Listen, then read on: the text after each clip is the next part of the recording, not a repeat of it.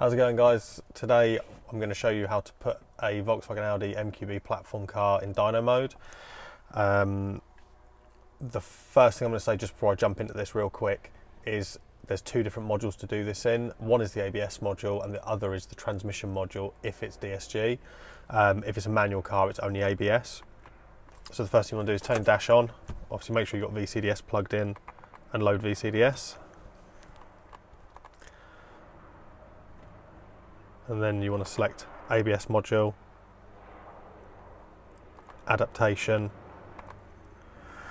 and then dynamometer mode functional. So it should say not activated, change it down to activated, press do it and yes, and then you'll have a warning come up on the dash.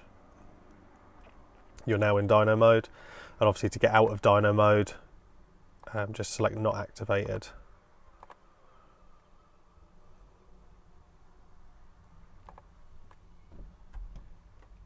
And then that is that.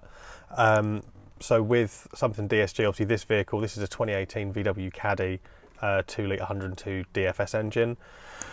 If obviously this is a 5-speed manual box, if it was the DSG, you literally do the same again, but under auto transmission, which obviously isn't displayed because it doesn't have it.